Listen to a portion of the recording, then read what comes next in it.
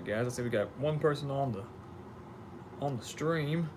Just give me a few minutes, and we're gonna get everything up and running. And we're gonna dive into some college football discussion.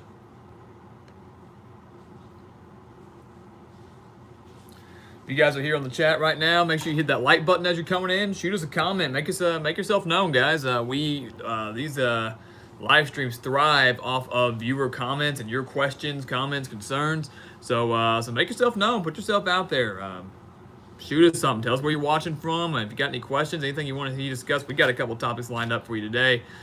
So we're ready. We're definitely ready to dive into it. So thank you guys for joining us.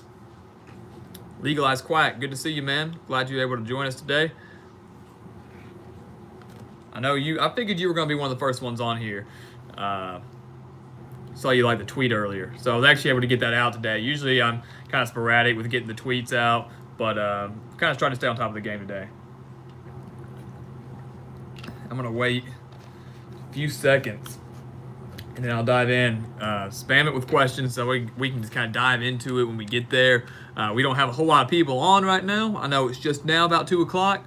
And I know it's very tough to catch these streams middle of the day, middle of the afternoon. People got school, they got work, they got other obligations, all that. So I know some people jump in and out very sporadically. So I'm a Legalized Quack impressions through mid-spring ball. As I'm trying to get my laptop prepared for the stream. I would say, for Oregon, man, I'm sure, of course, that's who you're talking about, wanting to know about. Here's what I will say. I am very excited to see Oregon's, and this is going to almost sound like a cop-out answer and generic answer, but it's not, Oregon's offense this year. And I would say I've so far been fairly impressed getting the addition of Juwan Johnson from Penn State to go over to Oregon and give Justin Herbert that type of wide receiver threat, that big-time threat to go to this season. A year last year where Oregon, I think, had some high expectations. Legalized Quack, I don't know your actual name, but Legalized Quack, they had some high expectations. It started off strong, should have beaten Stanford, as we all know, did beat Washington, had a couple slip-ups down the stretch and barely beat Michigan State in that bowl game. Wasn't that exciting. And I know Justin Herbert battled some injuries during that time, wasn't fully healthy, so if he can stay healthy, that's the key. He stays healthy this season. You got Juwan Johnson there. Now, the defense is my only maybe minor concern with Oregon this season. And I've praised them in multiple live streams in the past, how I'm excited to watch them this season because, of the high expectations, because of Justin Herbert returning and Juwan Johnson, because of the high recruiting class, a very high ranking there, getting especially on the defensive side of the ball. Now, they get rid of Jim Leavitt, which kind of caught me by surprise when it first happened, because I thought, him being a very solid defensive coordinator, that was going to really benefit Oregon going into the season. I thought he did a good job with them last year, bringing in that type of talent, and the people he was returning this year, I thought was going to be an even bigger boost. So parting ways with him was what kind of concerned me a little bit, but I do have faith in Mario Cristobal. I know a lot of people don't. So my impression through mid-spring ball, or my impression that it was just a few months ago, is that Oregon still looks good. I think looks very solid and is still going to be a Pac-12 title contender come this fall. So I'm very, very excited to see that. Hopefully they can avoid the injury bug. You don't want to see your quarterback get hurt. You don't want to see maybe your star defensive players go down. You don't want to see Juwan Johnson go down. But Mario Cristobal has got this team back, I think, in contention to where the guy, not fully yet, but guys like Chip Kelly and Mark Helfrich had Oregon just a few years ago. They're back and being relevant because, Oregon did have kind of a rough stretch there by their standards over these past couple of years. So I'm excited to see where they go. This Pac-12 race this season is going to be one of the toughest that we have seen in a very, very long time, because last year the Pac-12 championship game was, Washington and Utah. This year, Washington's still going to be a major threat, bringing in Jacob Eason at quarterback.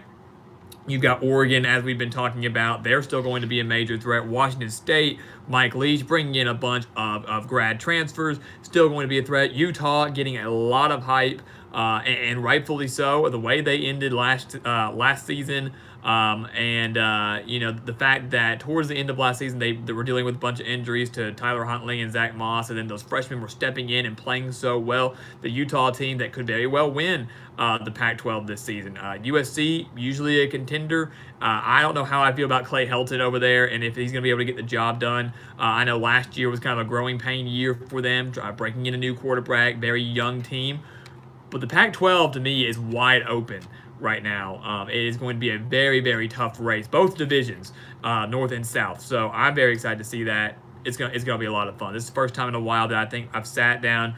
Past couple of years, Washington's kind of been the big time favorite. A couple of years ago, USC was the favorite with the guy. You had Juju Smith-Schuster, you had Sam Darnold, you had guys like that were playing extremely well out in California. I think UCLA's back on the up and up. I think Chip Kelly's got them moving in the right direction. Not saying they're Pac-12 title contenders, but could pull off a couple upsets here and there. Kevin Sumlin should make strides with Arizona in year two. Same with Herm Edwards at Arizona State. So the Pac-12, wide open. I can't wait to see it. I think it's going to be a lot of fun. Freeman Allen, good to see you, man. I'm glad you're able to join us. Appreciate the comment about the suit. Usually Thursday's casual Thursday. That's where we're going no tie today, just like a little bit of a blazer and button down. So we like to keep it casual. But yeah, I appreciate that. And Legalized Quack, yeah, Utah beat us with both a backup quarterback and running back last season. Exactly. So Utah getting a lot of hype, as I mentioned, rightfully so. They deserve it.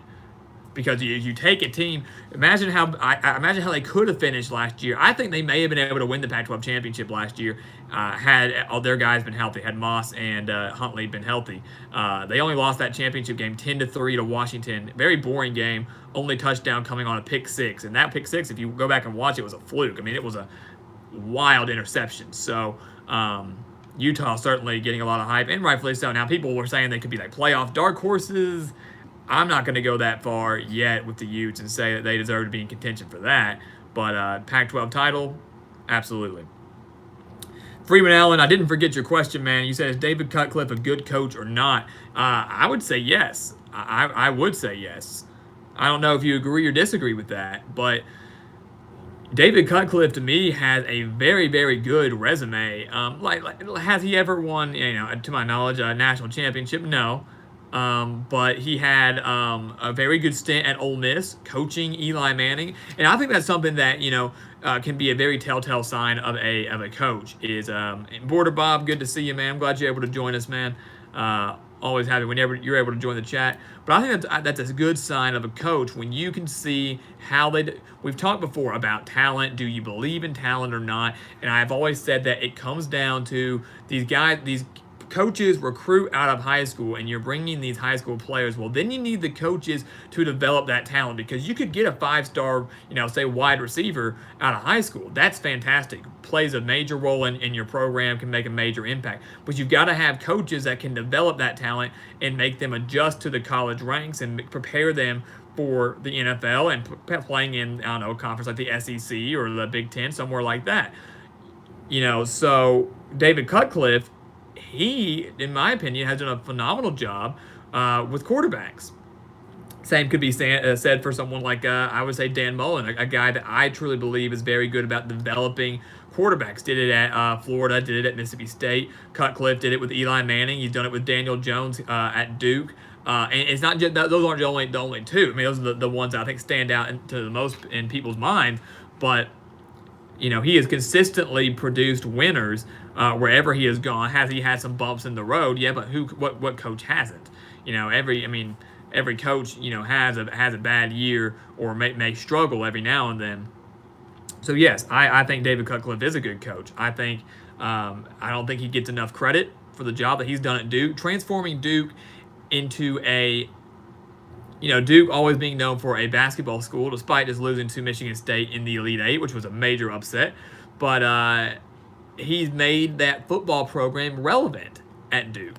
And there's something to be said for that, because before he got there, Duke, I can't remember the last time they had been to a bowl game.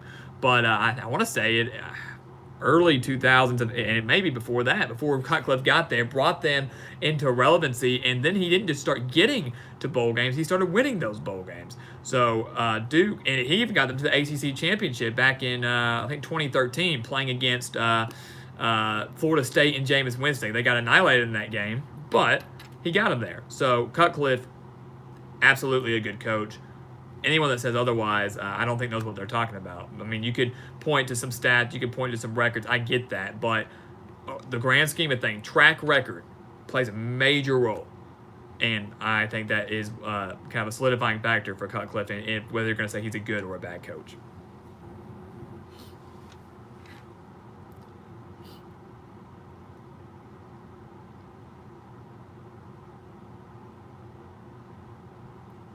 Border Bob, I see your question. I'm going to get to that. I'm going to answer Freeman's one last time because he was first.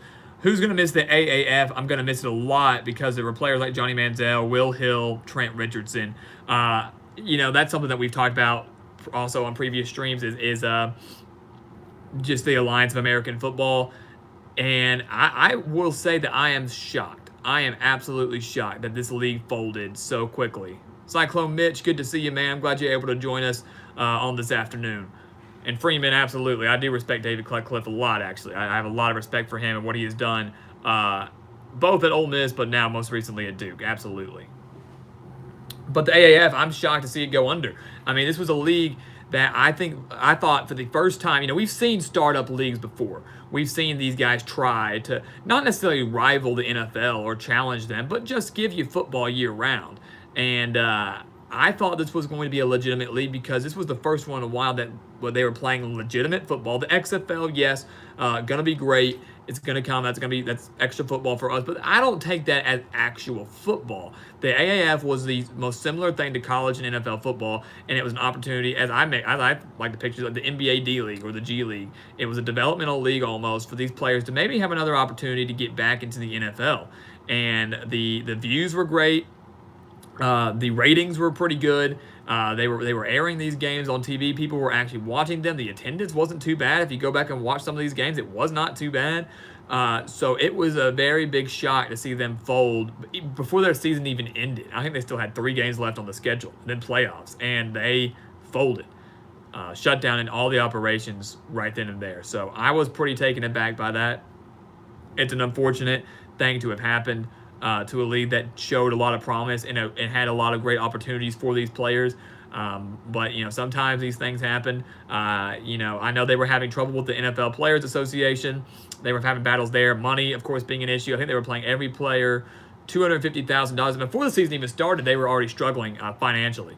That's the thing we have to keep in mind. They were lucky to even get this thing off the ground and running and get the season started. They were given $250 million to kind of keep this thing afloat, and even that wasn't enough. So very unfortunate to see that to a league that did show a lot of promise, and I think would have been fun to have around because when the Super Bowl ends in February, AAF starts, carries you through about May. The way I look at it is you got NBA final or NBA playoffs carrying you through June, a little bit of MLB baseball, back to college football. And of course for us, we started analyzing college football right in June. So around the time the NBA finals start or end, somewhere around there, we're jumping back into our predictions, which I know is y'all's favorite time of year and it's certainly my favorite time of year as well. So something to keep in mind there. Border Bob, I'm seeing different opinions on Texas A&M for next year.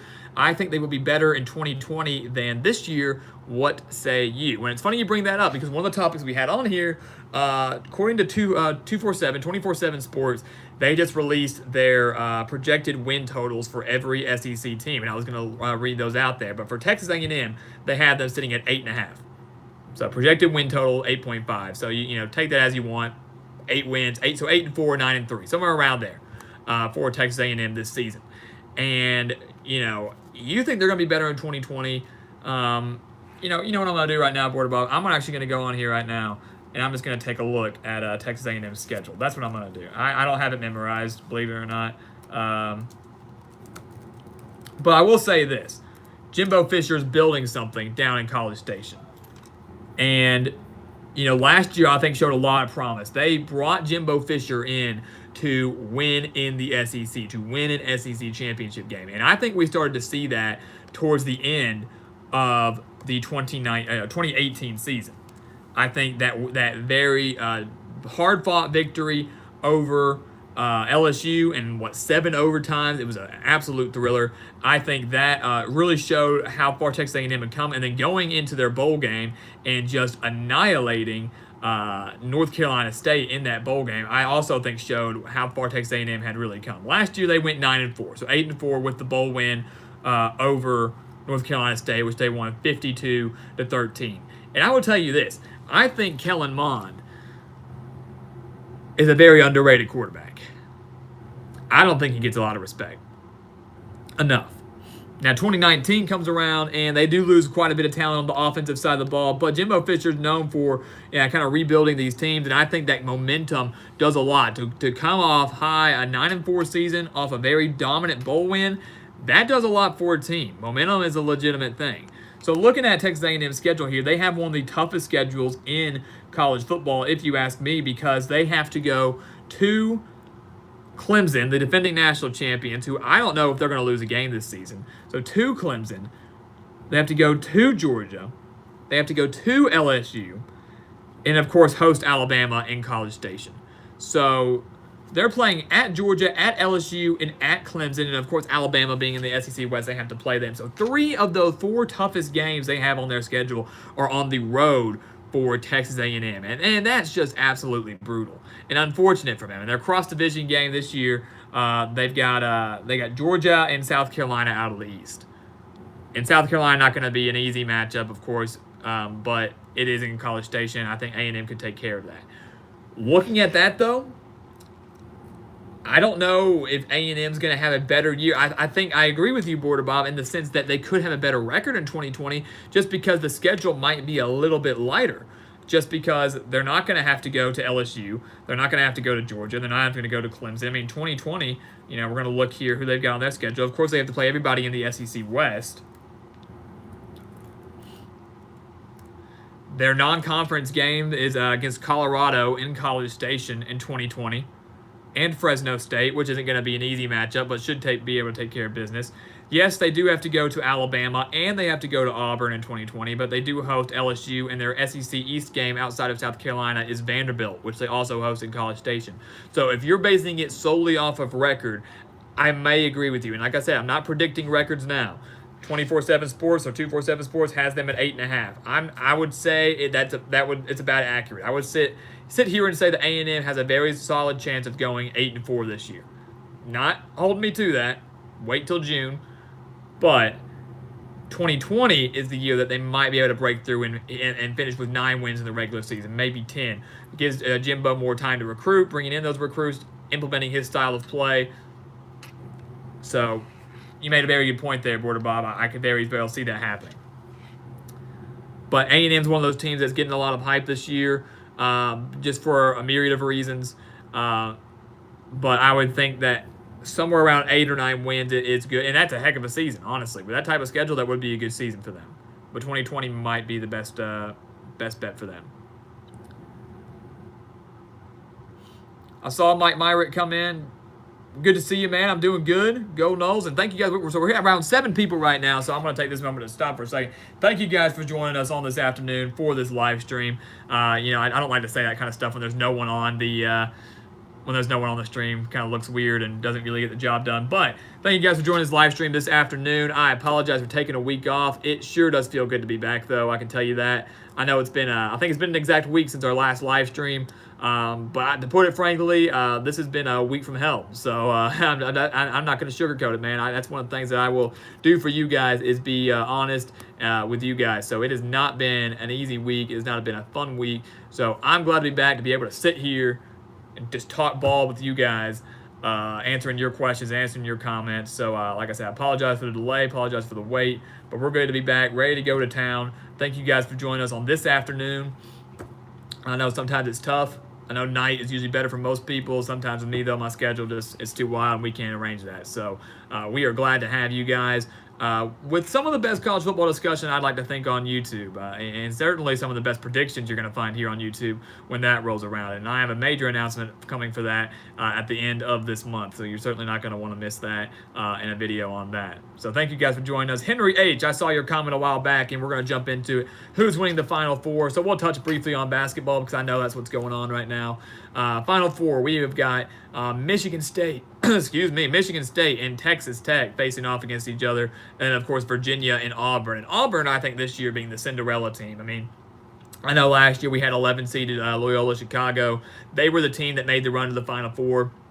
In years past, we've had great teams, higher seeds, such as, I know Syracuse made a run a couple years ago, BCU, Butler, guys like that. Well, this year you've got a 1 seed, a 2 seed, a 3 seed, and a 5 seed. So Auburn being the lowest. Legalized Quack, I appreciate that, man.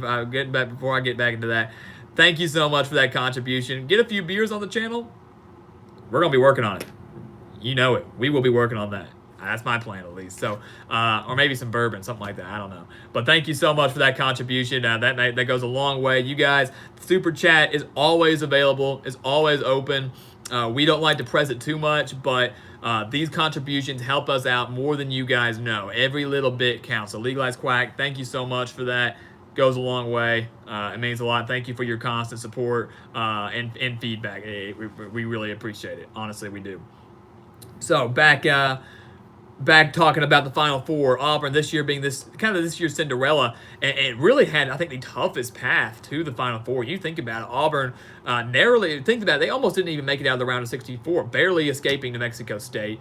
Well, then they beat Kansas, who, that's just a name brand. Even this was a down year for Kansas, just to beat the Jayhawks the way they did. Phenomenal job there. They go to the Sweet 16. They beat North Carolina, the 1 seed in that region. Well, then they beat Kentucky in the, and they didn't just beat North Carolina. They annihilated the Tar Heels, I should add. And then they beat Kentucky in an overtime thriller in the Elite Eight to get to the Final Four. So it was an unbelievable run for Bruce Pearl and this Auburn team. And they're going up against a Virginia team that, I'm happy to see Tony Bennett and his Cavaliers get there, especially after the way the things ended for them last year and how they've usually fallen short of the Final Four. I'm glad to see that they finally got there this year. Problem is, they pride themselves on defense, and they had some tough matchups too. I mean, that Purdue game in the Elite Eight was an absolute thriller as well. Carson Edwards for the Boilermakers dropping, I think, 42 points in that game against Virginia, and yet the Cavaliers still pulling out the victory there. So, I give a lot of credit to him and what he's done with this Virginia squad, but they're going up against an Auburn team that when they get hot from beyond the three-point line, they are very, very difficult to stop. So I don't care how good your defense is, Virginia might have a difficult time shutting down this Auburn team if they get hot, much like they've done against North Carolina and they did against Kentucky and Kansas. I mean, it's going to be a tough physical matchup. Virginia's going to have a lot of stuff on their plate that they're going to have to work on to win this game and get to a national championship. On the other end, Michigan State upsetting Duke, Texas Tech upsetting Gonzaga, and Michigan, annihilating Michigan in that game. I think they said 10% of brackets on the ESPN, so I think there were over 17 million made. So only 10% had Texas Tech making the Final Four. I know I didn't. I know none of my brackets had Texas Tech getting to the Final Four.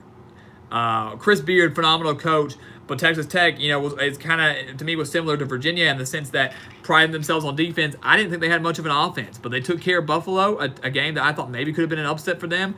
The fact they annihilated Michigan the way they did, and then taking care of Gonzaga, a team that I think, had they won, would have beat Michigan State and played for the national championship. So it's been a very wild NCAA tournament, but that's what we love about it. That's why it's March Madness.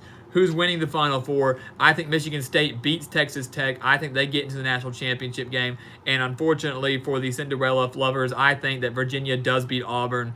And I think some of that comes down to experience and comes down to that defense. I think Tony Bennett's going to have a game plan to shut down Auburn's perimeter shooting. Michigan State, Virginia. And I think Michigan State ends up winning the national championship this year. To beat a team like Duke, and I know other teams have done it, but to beat the team like Duke, who had the top 3 recruits in the nation, I think Stephen A. Smith, who I'm not a huge fan of, I don't think he knows what he's talking about at the time, but I did agree with this point, that this season was pretty much a failure for Duke, because they didn't even make the Final Four. When you bring in the top 3 recruits out of high school, including Zion Williamson, and you fail to get to the Final Four, I mean, I don't know. You can consider the whole season a failure, but definitely a disappointment because I think they had almost 50% of brackets worldwide had Duke winning the national championship this year. When you have that much, it wasn't just them; those three. Those were the big three, but they had other players too that were such a major role for Duke. And to fail and fall short of the Final Four, to fall short of winning a national championship, it was pretty shocking. And I think that has a little bit to show with possibly with the youth. With even though those guys were so good coming out of high school, so talented, there is something to be said for they are young and they're going to thrive in the NBA. They're going to get drafted very high, but still, experienced veterans sometimes end up outweighing such high-ranked recruits, high-touted recruits. So how it goes. But I think Michigan State wins it over Virginia in a very exciting Final Four, very exciting national championship game. And, of course, that's going to be played on Monday, this coming Monday, the 8th. So make sure you check that out. And I'd love to see how y'all's brackets are doing because mine are shot. It's a little long rant about the Final Four, but, we had to talk about it. It's relevant. It's up and coming right now. It's important.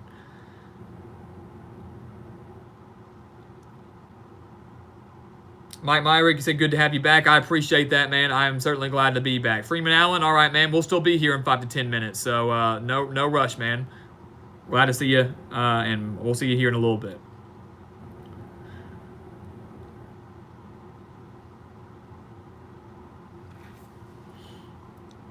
Yeah, Freeman did say that he thinks Auburn's going to win the Final Four. They have momentum, beat good teams. That was the point I was trying to make. The fact they beat Kansas, North Carolina, Kentucky, very talented teams. All right, take a short shower, man. Ain't nothing wrong with that.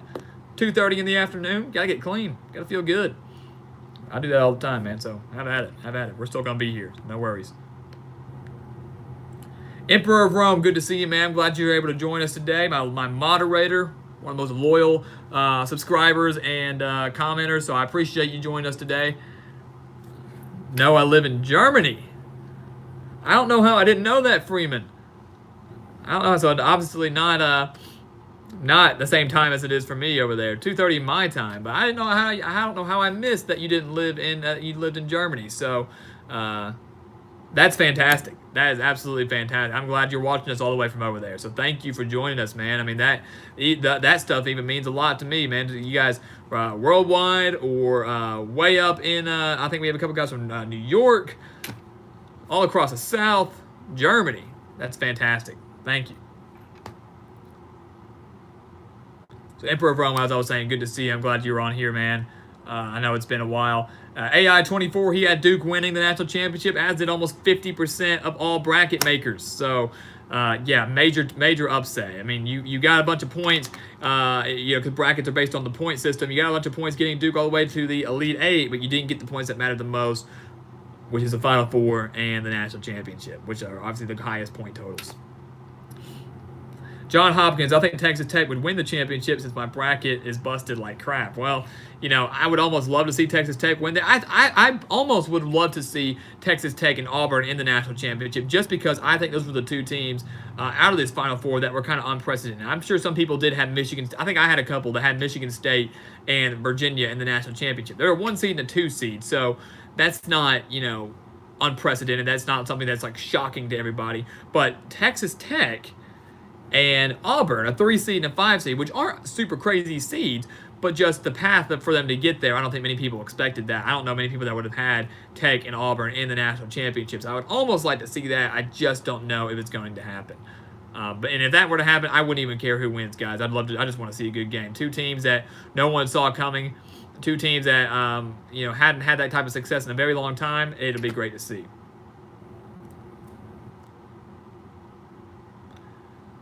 Dat Dude PP, glad to see you, man. Glad you were able to join us. Sad the Heels lost to Auburn, but so happy the Dukies were flushed by Sparty. I know a lot of people were. I know a lot of people don't like Duke. They're a fan base, I think, kind of like the Patriots in the NFL, maybe the Warriors in the NBA. A handful of people that, just don't like Duke, don't like the Blue Devils, and that's okay. KPW Dog 022. I don't know if you're still on the line, man, but this is a very good question, something that we can talk about. Do I think Georgia has an issue with leadership, and do I think it will have an effect on them going into the season? Now, for some of you guys, you might think that's an odd question. What do you mean issues with leadership? Georgia is having a lot of issues with players getting arrested. I think they actually lead the nation right now among college football programs with most players arrested this offseason. I think they're up to 6 or 7, if I'm not mistaken. I don't necessarily think it's an issue with leadership because here's the thing, guys. Coaches aren't babysitters. Kirby Smart is a heck of a coach. We discussed a couple weeks ago the list of top 10 coaches. Kirby Smart very high up there. There's another one that came out. CBS Sports listed their top 10 coaches. Kirby Smart was ranked 7th, and he's only been the head coaching job for 3 years now, 4 years, and has gotten them to the national championship game and nearly got them back to the college football playoff last year. So phenomenal coach. I think he's a heck of a leader. He learned from the best in Nick Saban. Coaches aren't babysitters. They can't stay on top of everybody. They can't stay on top of their players and making sure they're making the right decisions, health-wise and legally and academically. They can't do that. But there is something to be said for, I think almost, and it sounds bad, but almost striking fear into your players. Because these guys, I don't know everything that these Georgia players did. I don't know the crimes that they committed, the reasons they got arrested. I don't know everything that happened. But I will say this. National programs, and this isn't just Georgia. It happens at Alabama. It happens at Georgia. It happens at Florida State. It happens at LSU. It happens at Ohio State. It happens at the big dogs. When these players get arrested and get into legal trouble, I don't care what it's for. I don't care if it's for something minor that they got arrested for or something major. What you tend to see is that these coaches and these programs do not suspend or, get rid of these players from the program. And if they do, they only suspend them for, and we've talked about this before, maybe a half in the season opener. And most times that season opener is against an FCS opponent or a very poor school in like a Sun Belt school or somebody like that. What kind of lesson is that teaching those players? Because let me tell you something. It's horrible they got arrested. They shouldn't have done what they did, whatever it was. But my thing is, these coaches know if they're big-time players, if they are, because we've seen cases where the quarterback gets in trouble, or a star wide receiver, or a running back, or star offensive lineman. We've seen that stuff happen before. And the coaches know that if we suspend them for the entire game, or entire half, or kick them off the team completely, we're going to be in trouble, and we might not be able to win. We might not be able to succeed without them, especially if it was someone as big as a quarterback. But if it is a big enough issue, if it is a big enough problem that they get for them to get arrested, or if it's something that continues repeatedly, you have to, not compromise your morals and get rid of those players, or teach them a lesson and say, all right, we've got a huge conference game this week, or we have a huge season opener this week. You're not playing. And that would, maybe hurt your chances of winning that game. But, that quarterback or that whoever it is that gets arrested is going to feel god-awful. Should feel god-awful. They don't always do. Letting your teammates down, letting your fan base down. So is it a lack of leadership? I don't know. I think there is something to be said for coaching. I think there is something to be said for them kind of mold, because you hear about all the time, especially introductory press conferences with new coaches. They come here, their goal is to win. They want to win championships. But their goal also, most times, is to mold these men into men that are going to thrive in the classroom. They're going to thrive on the football field, and they're going to thrive as not just a man, but as a son and as a father and as a husband, and they're going to thrive on the religious standpoint. They're going to grow spiritually. Now, some coaches put emphasis on that, some don't. And that's fine. But, that's easier said than done. I can walk into a room and tell people I'm going to do that. That my goal here is, yes, I want to win football games, and yes, we're going to become contenders, but I want you to, when you leave here, when you leave this program, I want you to be a good man, because you might not make it in the NFL. You might not thrive here or there. So when you leave here, I want you to be the best person, the best citizen you can be. That's something that I've been taught my entire life. And that comes down to coaching and leadership. So I don't know if it's a lack of leadership per se. I think that does have a little bit of a role for it. Coaches are not babysitters. They can't stay on track of on top of everything that their players are doing, whether they're starters or third string. I don't care.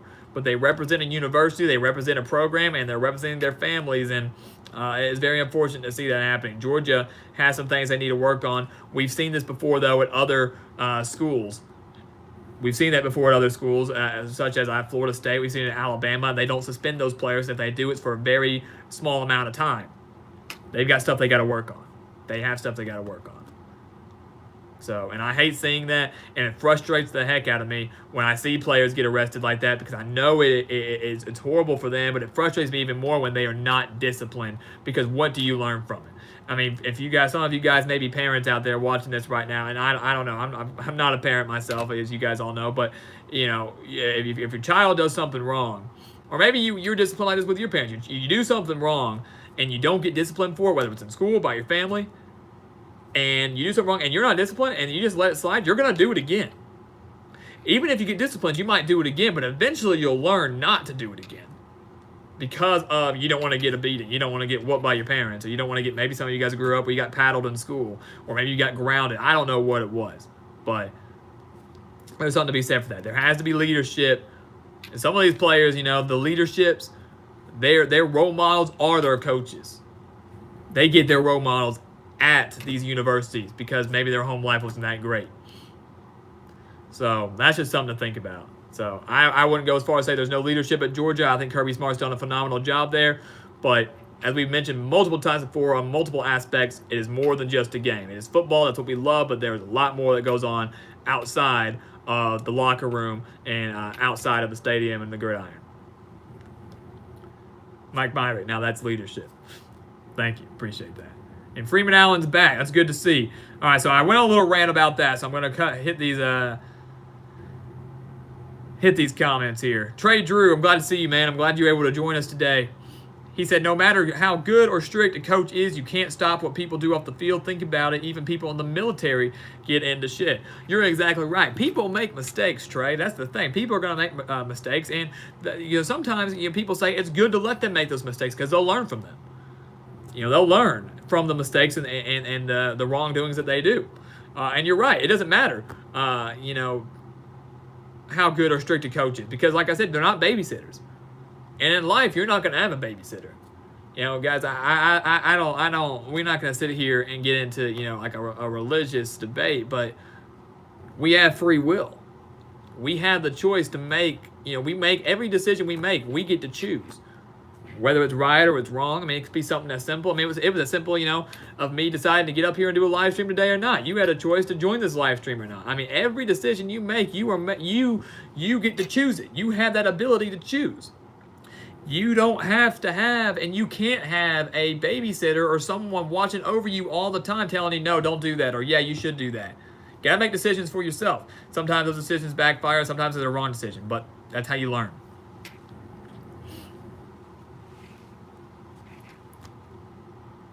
MCD Sports 4, I'm glad to see you, man. Glad you're able to join us.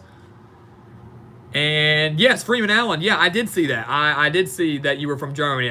Maybe you got in the shower right before I addressed that, but I'm thrilled that you are watching all the way from Germany. That just makes my day. Honestly, it really does. I don't know. I was telling you, I don't know how I missed that.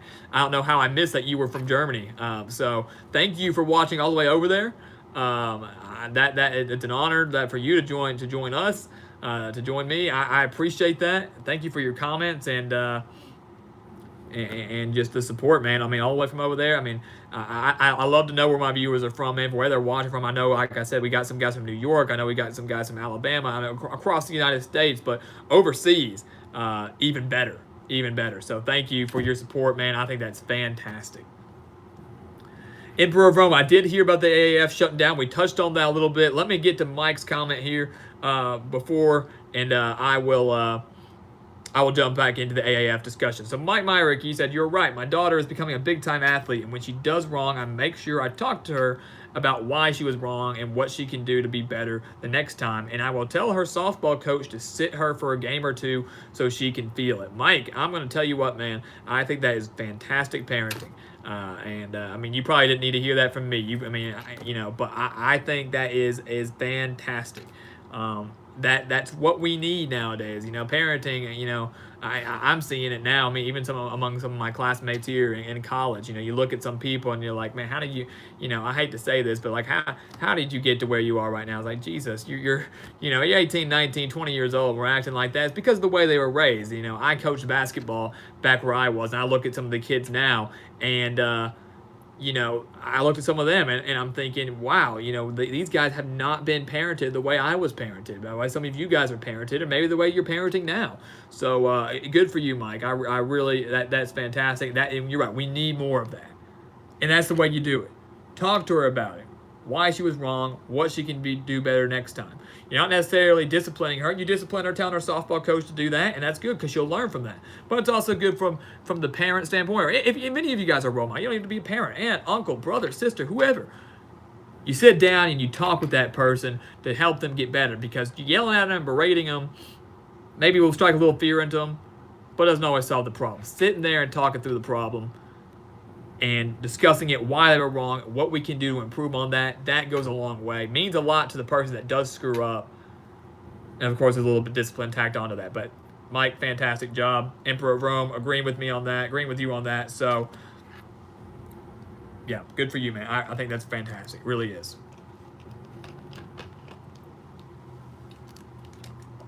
So Emperor of Rome, he asked, did I hear about the AAF shutting down? We did. And we talked about that probably about 20 minutes ago or so.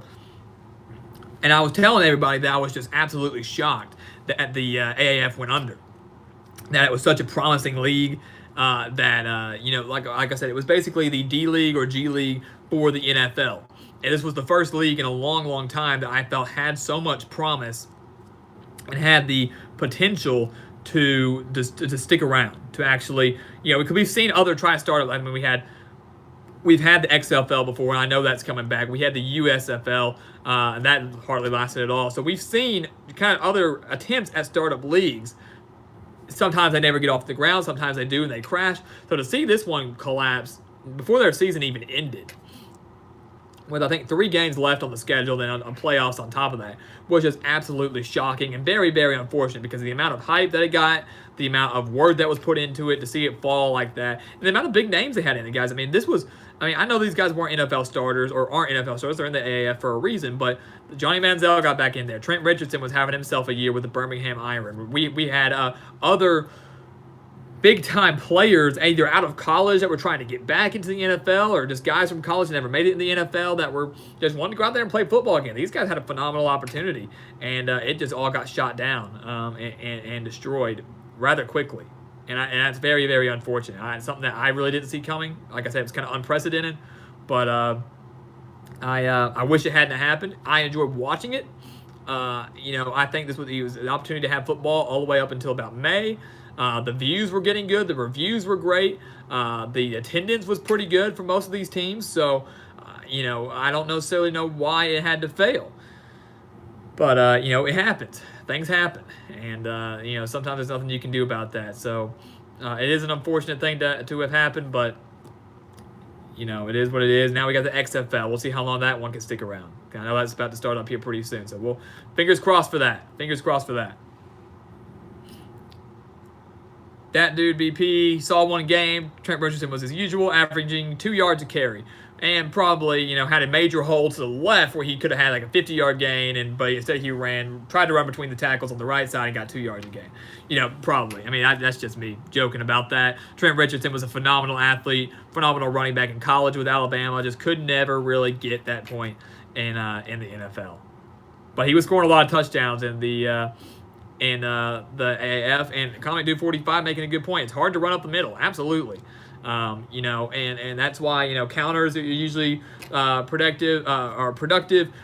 Maybe if you run power, you're trying to run out to the outside. Stretches. You think about some of the running plays. Running right up the middle is tough, and that's why I'm not taking any credit or trying to dog on Trent Richardson. If you get or any running back, you think about it, we dog on teams when they can't score from the goal line, and they should, 9 times out of 10 should be able to score from inside the 5-yard line, but it's a tough thing to do. Line up on the 2-yard line, hand it off, and bulldoze your way through the middle into the end zone. That's a tough thing to do. So, don't I think we kind of overshadow that, think it's something easy and we can go out there and do it, but that's probably not the case. So Trent Richardson was still having himself a heck of a year in the AAF despite not getting many yards necessarily. Border Bob, the NFL should create an NFL minor league. Dat Dude PP responding saying they are too greedy for that. They make the military pay for military month in the NFL. Yeah, look, the NFL, man, it's a business. The NFL wants it all to be centered on themselves, and I get that. I think if I was in that spot, I probably would too. It's a money business. It's about viewers. It's about the fans. It's about getting as much money and views as possible. So to create a minor league, I don't think would benefit them in any way. That's why, I feel like the definition of NFL minor league is basically any player that gets put on the practice squad and maybe can work their way up. We don't really have a minor league for NFL. Some players do go play in Canada and can get a contract to go play in the NFL. Some people play in arena football, maybe get a contract there. Maybe some will try the XFL, but they'll never do that, even though that would be fun to watch, Border Bob. That would be interesting. Emperor Bravo, I wonder how this is going to affect the XFL. Well, it's a very good point because, as I mentioned, the AAF, I think, showed a lot more promise than the XFL, in my opinion. The XFL is going to be very entertaining. Don't get me wrong, I'll watch it. But how will it affect the XFL? Because I don't think ratings will be as high for that as it will be for the AAF.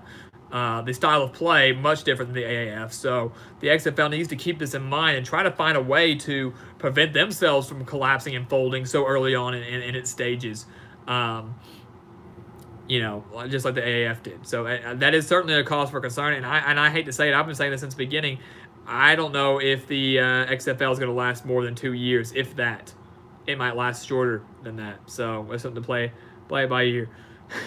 Emperor Rome, I appreciate that. Which one of you jack wagons dislike the stream? And Comic Dude 45 saying heathens. It's all right. Hey, ain't nothing wrong with a little hate. We get it all the time.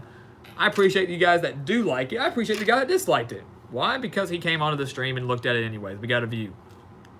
So we like more positive feedback, but you got to take the negative ones. You can't be in this business if you can't take negative feedback. And we get a lot of it during the regular season, a lot of it with our predictions. And that is totally fine by me. That Dude PP, thank you for throwing a like on it. I appreciate that. We got 8 likes there. We love to hit double digits on those likes, man. It helps out our analytics and our stats.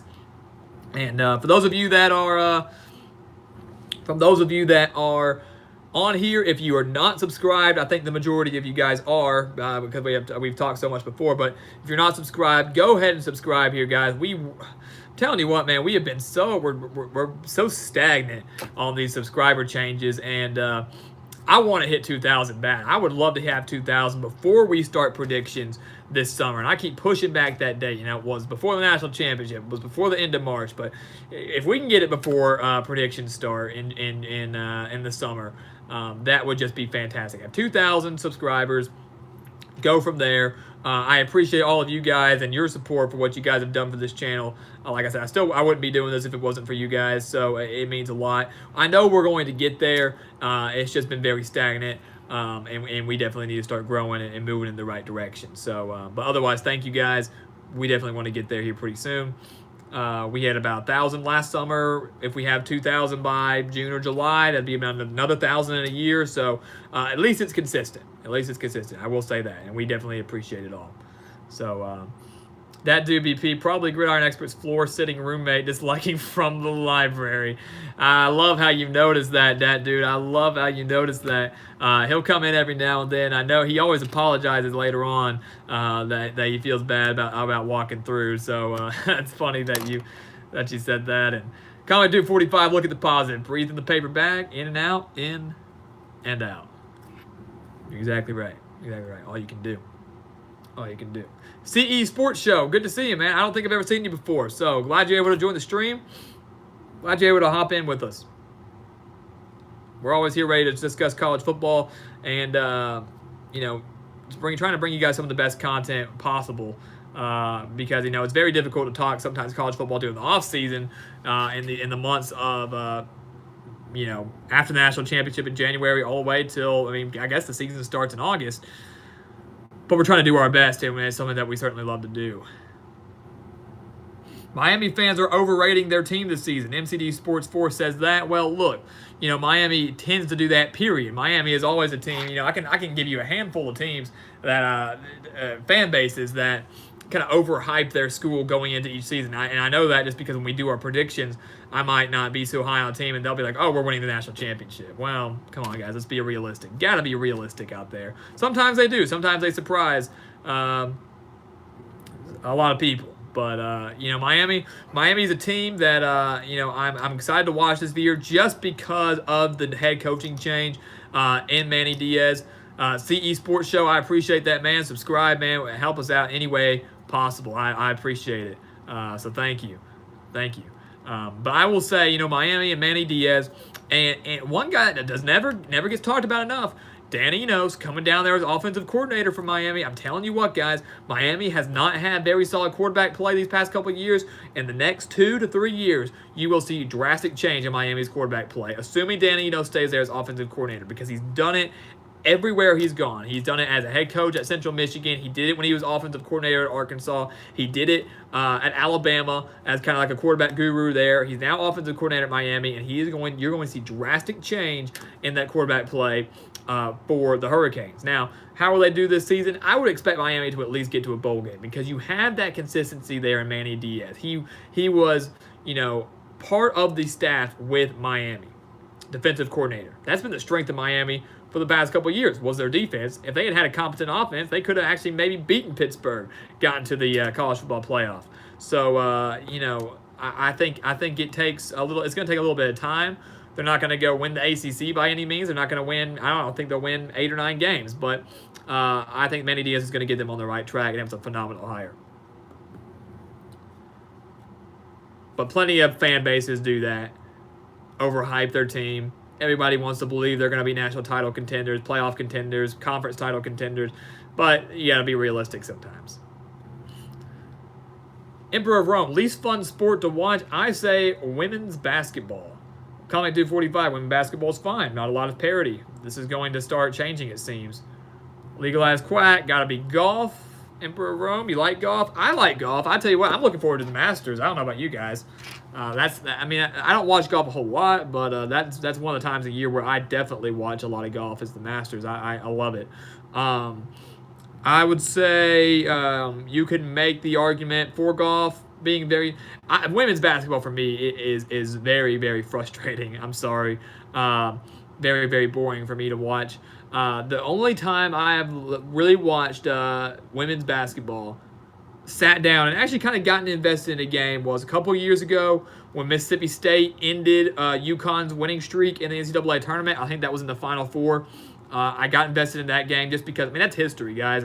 I don't care what sport you play, football, basketball, soccer, I don't care what it is. If you can win 140-something straight games, that is phenomenal. That is absolutely amazing. I don't care what competition you're going up against, where you're playing, what sport it is. That is just, it's hard to do. So to see Mississippi State in that for them, that was really cool to watch. I know last year I kind of got invested in the national championship game of the women's NCAA tournament. I think Notre Dame winning that game at the buzzer over Mississippi State as well. So devastating losses for Mississippi State, because I know they lost to, I think, South Carolina the year they beat UConn, lost at the buzzer to Notre Dame, I think, the year after. So that's heartbreaking for them. But I think I saw a poll one time that said, would you rather get paid $5, like right now, I'll give you $5, or have your city's WNBA team win the championship, win the finals? And I think at least 75% of people said $5. It would be the other way around if it was your NBA team, But I just can't get invested in it. I'm sorry. It's just not. It's a different style of play. It's a different style of play. The physicality, the pace, the aggression, it's different. It's different between men and women's basketball. Nothing to take away from the WNBA and women's basketball. They put in just as much work. They put in a lot of work and effort and time. Not taking anything away from that at all. It's just different.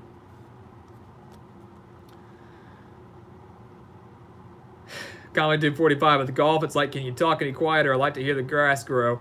I've gone out there and I've played golf a couple times, and yeah, it amazes me. You know, I'll be almost whispering in the golf cart, waiting for the guy I'm playing with to. I'm out there with a group of people and whispering to the guy in the golf cart, wait for the next guy to tee off, and he'll look over at me and tell me to be quiet. I'm like, come on, man. Like, how did you hear me? I mean, honestly. And does that whispering really affect your shot? Comment dude 45. My daddy loves golf. Croquet is mind-numbing. Yes, it is mind-numbing. I've never watched croquet. I've played it. I've never watched it. You know, there are a handful of Olympic sports out there. When the Summer Olympics roll around, hell, even when the Winter Olympics roll around, that you know, you just sit there like, this is horrible. I need to watch something else. You know, so absolutely. Trying to think of another sport that I think women's basketball is by far the worst for me. Tennis, I don't know. Anybody like tennis?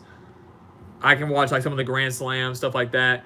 You know, watching, you know, I know a handful of tennis players. You got Rafael Nadal, Roger Federer, obviously the Serena, Venus, Williams. So I think those are some of the best players in the world, obviously. But I can't really get into that much. I like playing it. That's the funny thing. A lot of the sports that I don't like watching, I like playing. I like playing golf. I like watching, like I said, I like watching the Masters, but I don't like to, like, I couldn't sit, like, all day Saturday. I can watch football all day, obviously, like college football. I could not sit down all day Saturday and just watch golf. But I do like going out and playing it.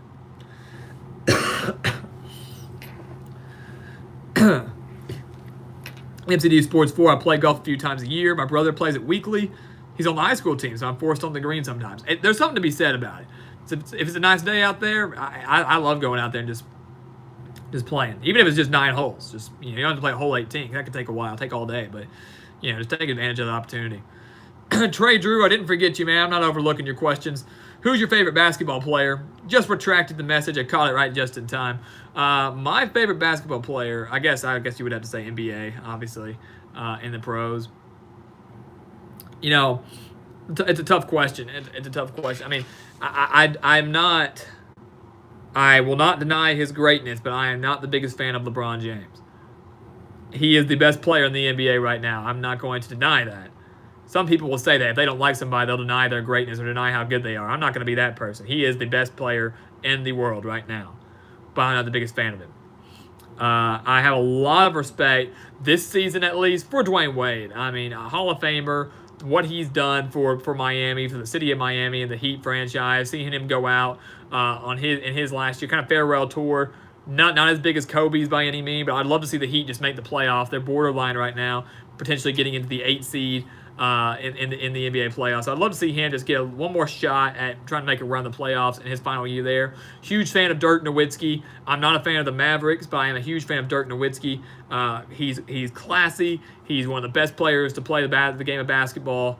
And there's something to be said for that. I think there's something to be said. You know, as I talked before, skill, fantastic. You know, you got, if you want to be considered one of the greatest of all time, you got to have the skill and the talent. But class, the way they conduct themselves on and off the court. Now, I mean, look, sometimes the emotions get the best of you. Sometimes you say some things you don't mean. Sometimes you act out on the court. Maybe sometimes you do something bad off the court. But you know, the way they conduct themselves in press conferences and to their teammates and to other opposing teams, there's something to be said for that. And I have a lot more respect for people like that can play the game well, but also act well and have some class. I have a lot of respect for them. I think Dwayne Wade's one of those people. I think Dirk Nowitzki's one of those people. You know, looking around, I'm trying to think. I'm a huge fan of young stars. Giannis, not even trying to pronounce his last name, but up there in Milwaukee with the Bucks. He's fantastic. And he's got the Bucks in a position where they might be able to make a run all the way to the NBA Finals this year. Speaking of which, and George Stice, glad to see you, man. I'm glad you're able to join us. Yeah, man, like I said earlier in the stream, I apologize. I had taken a week off. Kind of got occupied. Like I said, it's been a week out of hell. And I'm not, like I said, I'm not sugarcoating it. So it's been rough. So that's why we didn't have a live stream Sunday or Tuesday, but we're glad to be back Tuesday. I'm glad today, be back today. I'm glad to be back. I know you guys are glad to be back, and thank you guys for joining us on this afternoon. I know sometimes it's difficult there. Curling is horrid, Emperor of Rome says. Even likes watching chess games. Ooh, I don't know, man. I like playing chess. But chess, if you're watching professional chess, they got like 30 minutes to make their move, You get the timers and they hit it, and you got another. I don't know how long the time limit is, but like you just sit there and just wait to see one guy move a pawn up a space, or maybe move their bishop, diagonal a couple spaces. I mean, it's just it's frustrating. Like playing it, don't like watching it. ESPN, John Hopkins, yeah, they put the World Series of Poker on there sometimes, and that's just intriguing because you're getting to see everything. Before obviously the players at the table are. They don't know what the other cards are holding, so it's fun for us to get to watch, and a lot of money to be made in the World Series of Poker. So yeah, I do enjoy watching that at times. Gymnastics, comment dude 45 saying, stunt your growth. She's 12, not even 4 feet tall. Max height maybe 4'9" in the future. I mean, gymnastics is a sport that I don't think people get a lot of credit there either. And I don't know. I mean, people always argue whether cheerleading is a sport or not. I mean, cheerleading to me, there's a lot of gymnastics that goes into that. You're flipping and you're lifting people up, and I think it's a sport. I mean, and some people might don't like to hear that, but there's a lot of work and time and effort that goes into that, and it's not an easy thing to do.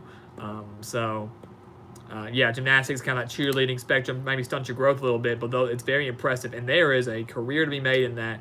The careers don't last very long. That's why, you think about it. That's why you see gymnasts in the Olympics maybe make 3 Olympics. Maybe. Because you got to wait 4 years in between each one.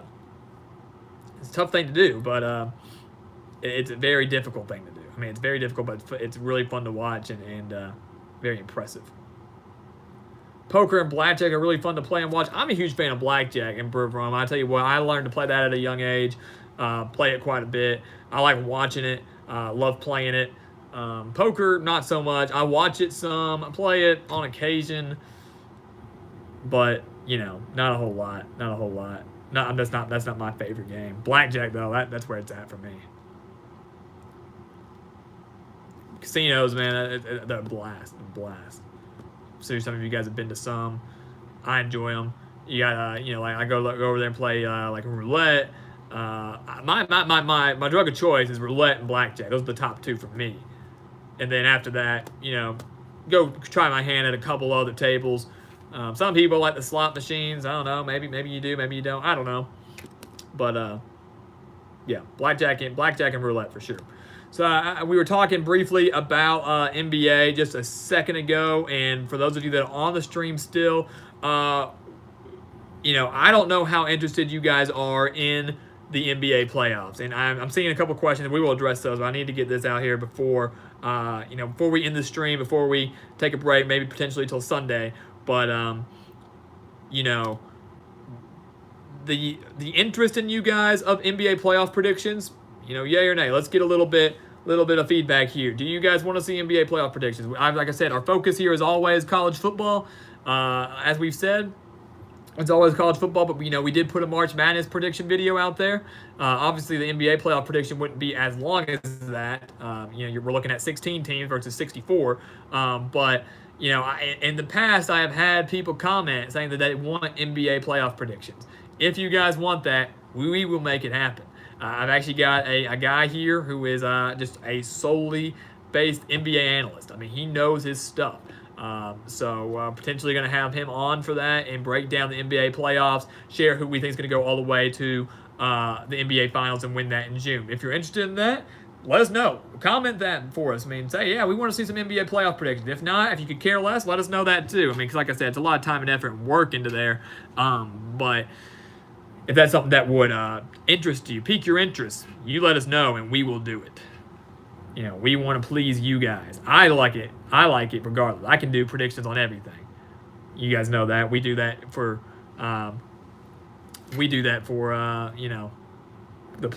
college football year round. We did it for the NFL playoffs, like I said, we're not going to change our format going over to like a whole sports. Like every sport is always going to be gridiron expert. I see comment dude 45 there. Hashtag the hardwood expert. I don't know. Maybe we'll switch our name to that just for a special day. But all right, so I'm getting some good feedback there. Definitely do an NBA playoff bid. All right, we'll make it happen. We will make it happen. So the NBA regular season I think ends next Wednesday. So 6 days from now, playoffs begin I think on the 13th or 14th of April. So we will have a video out next week on NBA playoff predictions. So I just wanted to get that out there. Glad we got some good feedback on that. Cyclone Mitch, have I been to Vegas? No, I have not been to Las Vegas. Will be going soon, though. I can tell you that. And there are a couple of casinos locally around where I'm at that allow gambling at a younger age. I think the legal age in Vegas is 21. There are some places around here that allow 18. It just depends on where you go. So I haven't been to Vegas, but I can't wait for when I go. I'm looking forward to that.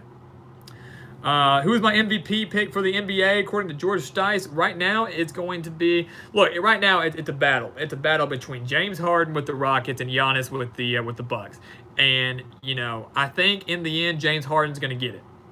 I think he's going to win the award for the second straight year. But I believe that Giannis should win it. My pick is James Harden, but it should go to Giannis because my definition of most valuable player is if you take that player off of that team, would that team still be thriving and succeeding? If you took James Harden off the Rockets, how would the Rockets be doing? I believe the Rockets would still be a playoff team because they've got a lot of talent there. They still got Chris Paul, who's a superstar in and of itself.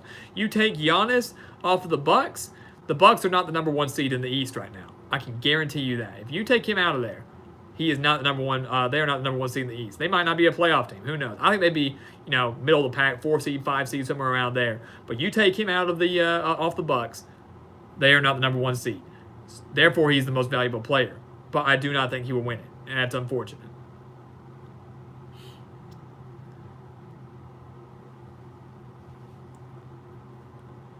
Looking through the rest of the comments here before we wrap things up. Word of advice, if I play roulette, always bet on black. All right, so I'll keep that in mind, Comic Dude 45. I will remember that. Bet on black. You got it. All gambling is illegal here in Alabama for Emperor Frono. That is unfortunate. That's really unfortunate. Some places, they don't they outlaw like actual casinos, but they've got, I don't know. You say all gambling. So, some places have like the horse tracks, horse races.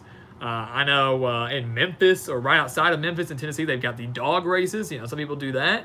So that's unfortunate. All gambling is illegal in Alabama. That really is unfortunate, Emperor Rome. I've not been to Atlantic City, but I would like to do that either. Comic Dude 45. I would love to try that out. I got a list of places I want to go, man. It's just you got to have the money and the time to get it done. But yeah, definitely stuff that is on my list. That dude PP, do I think Cam Newton still has enough talent in him to win a Super Bowl? People in the Carolinas are hopeful, but he's had injuries and isn't a great pocket passer. Thoughts on that? I would agree with you in the fact that he is not a great pocket passer. I agree with that. I've always thought that. Cam Newton, he can sling it. If you're going to be a quarterback, you got to be able to throw, and he can. But I think he does a lot of damage on the ground. He does have talent, but I was talking, with some people. It's hard to believe that it's almost been 10 years since Cam Newton entered the league. We are entering 2019, guys, the fall of 2019. I think he got drafted, 2011, 2012? So he's been in the league for a very, very long time and has only been to the Super Bowl once. And that was obviously against a very, very dominant Denver Broncos defense. Cam Newton, he did not handle the media well after that game. Didn't try to fall on that fumble there towards the end of the game. Kind of reach for it, then jump back. Got a lot of criticism for that, not laying his body out there. I mean, look, it's the Super Bowl. I mean, it's the biggest game of your career. But the Panthers and Cam Newton do have enough talent to get there. But I think it's tough for them, though, because that division is kind of up and coming. And, the Falcons are usually pretty competitive. The Saints, obviously, aren't going to be slowing down anytime soon until Drew Brees decides to retire. Falcons have enough talent there to be a playoff team every now and then. I mean, they were in the Super Bowl a few years ago. I'd say 8 times out of 10 they are going to be in the playoffs. You got the Panthers there, and now you got the Buccaneers, who are going to be Maybe not great this year, but you know, they have a chance to start moving back in the right direction. I think they got Bruce Arians now, if I'm not mistaken, down there as head coach. So, yeah, I mean that NFC South division is tough, so tough, and so you know the Panthers. I think right now their best bet is to probably not win the division, because I think that's still going to belong to the Saints for now, but get a wild card in there, or maybe, you know, thrive so well where they can maybe still manage to get a first round bye as a you know, maybe a 2 seed, and then see where they can go from there. You know, that year they went to the Super Bowl, they were absolutely dominant. No one could stop them until they ran into Denver and Von Miller. So the talent's there, but they are running out of time. They are running out of time. And the mechanics, the pocket passing thing, that's just something he's got to work on. You thought that would have maybe been fixed and improved on, you know, earlier on in his career. I think he's gotten better with that. I really do. But it's something that he's just going to have to continue to work on, and that comes down to coaching. Ron Rivera and what they're doing at Carolina.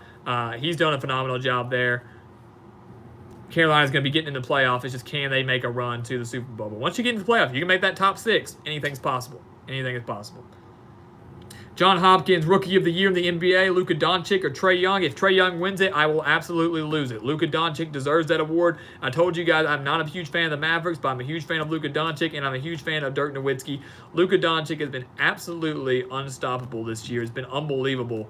He's a heck of a competitor, a heck of a player. If Trae Young wins it over Luka Doncic, I will be very, very upset about that. I'm not a Magic fan. I'm not a Mavericks fan. I have no biases towards Luka Doncic. But he deserves it. He deserves it. George Stice, my favorite team in the NBA is actually, I kind of have 2. My allegiance lies with 2 teams, and they're not very good. I like the Miami Heat, and I like the Memphis Grizzlies. Memphis Grizzlies because they are close in proximity to me, and I've just always been a Heat fan. I am a fan of Dwayne Wade. I was a fan of Chris Bosh at the time when he was playing there. Pat Riley, a little bit of a fan there. You know, so I'm a fan of the Heat. So, you know, Heat Grizzlies, not too bad. Good. And so yeah, you know, that's just kind of where I'm standing there. Commodore 45, still need to visit the U.S. states west of Indiana. Hopefully I get lucky this year. Yeah, man, go out there. I know you're at Rutgers, so yeah, go. Try to travel, man. That's one of the things I love to do this summer. I think I plan on trying to go out there and hit a couple states I haven't been to either. So, you know, I think it's one of the things on my bucket list. If you can hit all 50 states, that's a heck of an accomplishment. So, just go see the U.S., man. That is, I hope you get lucky. I hope you get that opportunity, because that would be great. It is something special. And John Hopkins, you're going to New York City soon. I'm actually going to New York City this summer, and I definitely have some content planned for you guys up there, believe it or not. So it's going to be fantastic. Heck of a city. Tons to do there. Tons of history. Take advantage of every opportunity you get to go do that stuff, guys. George Stice, have I seen any profits from the YouTube channel? Yes, I've seen some. I can't divulge that information solely, but I will say the super chats have gone a long way with us. Have done a lot for me. So the fact that you guys continue to do that, that means a lot. And of course, advertisements do play a role. Landing that for me was huge. That can't happen last summer. Yeah, comment 245. I see you up there. I mean, I'm gonna be in that area. So yeah, if we run into each other, don't hesitate. Yeah, don't hesitate. Say hi. Yeah, I don't know what you look like, of course, but yeah, man, that'd be great. I'm gonna be in that area, so I'm gonna be hitting all the entire East Coast pretty much. So, and last question, we'll wrap it up here. We've run a little bit over, but I've enjoyed it, and we needed to, since we've been on such a little bit of a break. Emperor of Rome, have I ever played Liar's Dice? It's a great gambling game. I have not. I have actually not played Liar's Dice. Like I said, I stick more to the card games myself. Card games and roulette, those are my 2. But I'll have to look into playing some Liar's Dice sometime next time I'm in the casino. So maybe I can make a little bit of a profit up there and boost some quality here with this channel. Because I know one of the biggest things we're looking into this off season is new mics, new equipment, new everything, just to boost quality, not only for me but for you guys as well. So we're gonna do that. Mina, came in at the very end, man. I will tell you, though, where do I see Kevin Durant playing next season? If he does, in fact, leave the Golden State Warriors, he might potentially be going out to the New York Knicks. I know there's a lot of discussion potentially about him going there. There's been discussion about him going out to Brooklyn, so he might be switching over to the East Coast. So he's out on the West Coast, but that still remains to be seen. So we're going to have to play it by ear. And I'm sorry you caught us at the very end, man. But, glad to see you there. Just briefly. So, Emperor Rome, I'll catch you later, man. Comic Dude 45, John Hopkins, Dat Dude BP, everybody else here joined the chat. George Stice, thank you guys so much for joining us today. Again, I apologize for the delay. I apologize for the break, but I'm glad you guys were able to join us on this Thursday afternoon. Stay tuned for some more content coming your way. We will be back here, hopefully with a live stream on Sunday. Always be checking Twitter at Gridiron Expert. Follow us there, subscribe here, and we will see you next time. You guys have a great rest of the day.